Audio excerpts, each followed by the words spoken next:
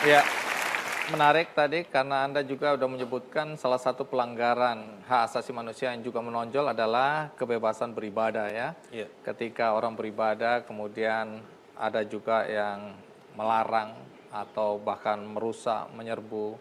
Banyak kasus itu yang sudah muncul di permukaan. Nah, ada beberapa kasus lain yang saya jadikan catatan yang belum tuntas sampai sekarang, antara lain pembunuhan aktivis buruh Marsina tadi, pembantaian Santa Cruz ya di Dili tahun 1991, peristiwa Tanjung Priok 12 September 1984, ada juga peristiwa penyerbuan kantor PDI Perjuangan 27 Juli tahun 96 yang disebut kadang-kadang dengan kuda tuli, kerusuhan 27 Juli. Peristiwa Bulukumba, di mana warga ditembaki soal tanah perkebunan tahun 2011. Ada peristiwa Abe Pura di Papua tahun 2003, juga kasus-kasus lain di Papua yang juga diungkapkan tadi. Peristiwa kerusuhan di Dili Timor pasca jajak pendapat tahun 1999, sebelum tim-tim lepas dari Indonesia. Kemudian ada peristiwa DOM, daerah operasi militer di Aceh tahun 76 sampai 89, ada peristiwa penembakan misterius ya atau Petrus di zaman Orde Baru tahun 1982 sampai 1985, juga belum tuntas sampai sekarang, dan bahkan sampai kasus PKI tahun 1965 sampai sekarang masih jadi persoalan. Nah, kalau dilihat begitu banyaknya PR yang tadi Anda sampaikan juga ke Pak Jokowi, tapi usul dari Kontra sebenarnya bagaimana penyelesaian kasus-kasus semacam ini? Sebenarnya masih banyak lagi kasusnya. Masih banyak. Masih banyak lagi, ada kasus Nipah, Kedung Ombo, dan lain-lain. Penyelesaiannya satu, penegakan hukum. Negara ini negara hukum. Siapa yang harus memulai? Jokowi sebagai presiden. Jadi pemerintahan baru. Jadi bukan Jokowi sebagai penegak hukum, bukan. Tapi dia sebagai kepala negara dan dia sebagai kepala pemerintahan, dia harus memastikan bahwa institusi hukum bekerja. Bahwa hukum yang ada di Indonesia, konstitusi yang menjadi dasar dari hukum itu dijadikan rujukan dan dipakai untuk melakukan penegakan hukum. Sesimpel itu. Jadi itu kita harapkan tentu pemerintahan Presiden Jokowi ini dalam kurun waktu yang relatif singkat, kalau terpilih satu kali saja, tapi kalau terpilih 2 kali apalagi ya, mampu menyelesaikan masalah-masalah yang selalu menjadi ganjalan. Betul. Ya, dalam pertumbuhan dan perkembangan bangsa ini. Paling tidak dia bisa memulai, sehingga nanti kalaupun dia 5 tahun saja gitu, karena banyak orang nggak senang barangkali, tapi dia bisa memberikan satu batu pijakan yang akan diteruskan. Jadi ini tradisi hukum buat masyarakat. Baik. Sebelum kita lanjutkan, saya ingin bertanya ke Mbak Suci ya. Tadi di dalam surat Anda kembali menyinggung soal ingkar janjinya Pak SBY. Nah, saya mau tahu, ini kan dari awal Pak SBY dipilih, kemudian sampai sekarang tidak menjabat, apa yang Anda harapkan kan seakan-akan hilang begitu saja?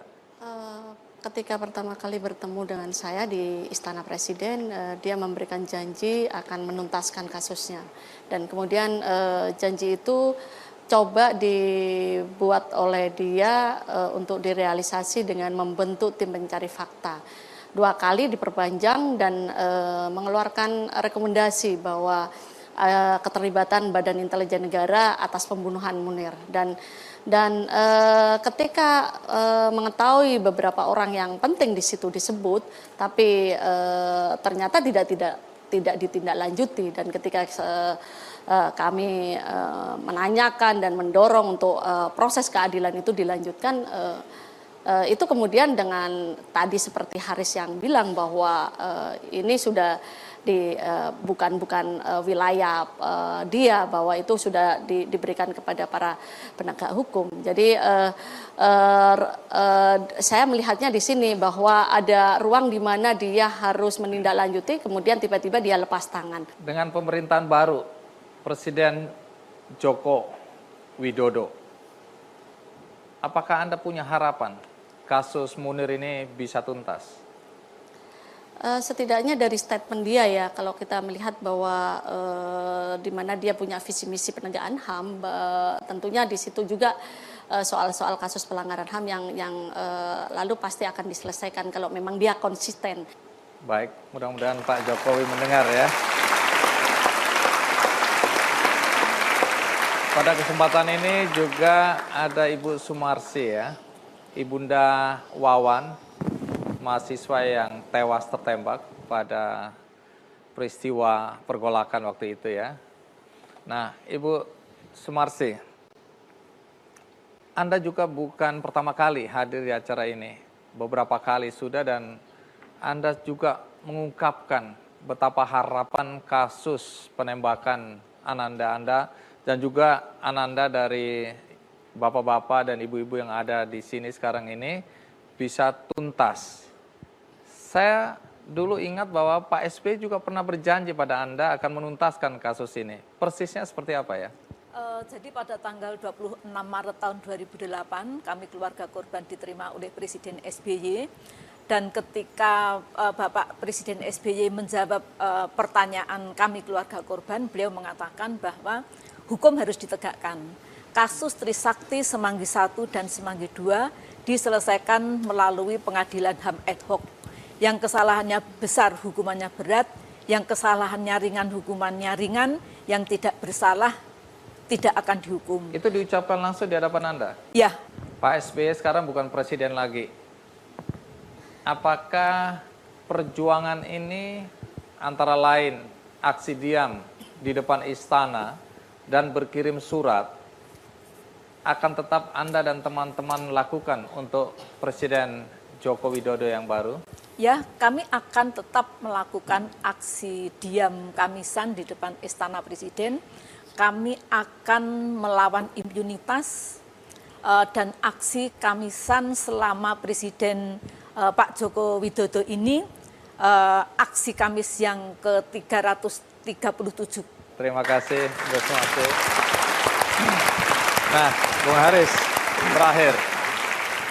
Dengan semua apa yang sudah kita bicarakan tadi, ke depan, menurut Anda apa saja yang harus menjadi perhatian serius kita semua, terutama pemerintah, agar kasus-kasus pelanggaran HAM, terutama HAM berat, tidak terjadi lagi di negeri ini? Menurut saya yang paling penting jangan pernah takut. Jangan pernah takut. Jangan pernah takut. Ketika saya bilang jangan pernah takut, bukan saya mau menyarankan orang untuk demonstrasi, tidak. Ada banyak cara buat setiap warga negara ataupun setiap manusia yang ada di Indonesia untuk melawan kesewenang-wenangan itu. Jadi kalau Anda tahu satu hal kecil Anda catat di secari kertas yang mungkin nggak penting, bikinlah kertas itu menjadi penting karena dia mencatat peristiwa pelanggaran HAM. Tulis di situ. Baik, terima kasih Bung Haris ya. Sama-sama.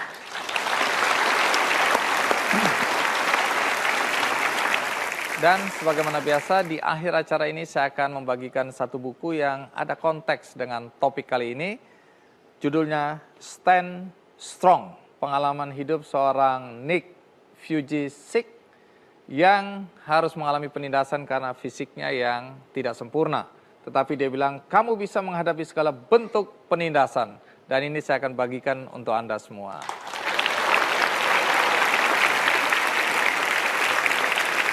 Bagi Anda di rumah, sekali lagi Anda juga bisa mendapatkan buku ini melalui undian di website kickandy.com. Sekali lagi, dalam menghadapi penindasan, kita harus berani dan kita harus kuat untuk melawan.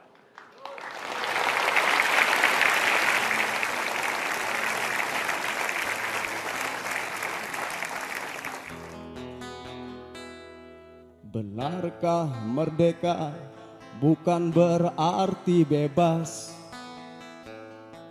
Benarkah bebas tak mengenal batas?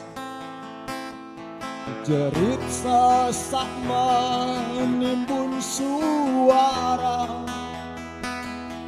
mengancung tajam, tak ada yang mampu menjawab. Hak asasi manusia,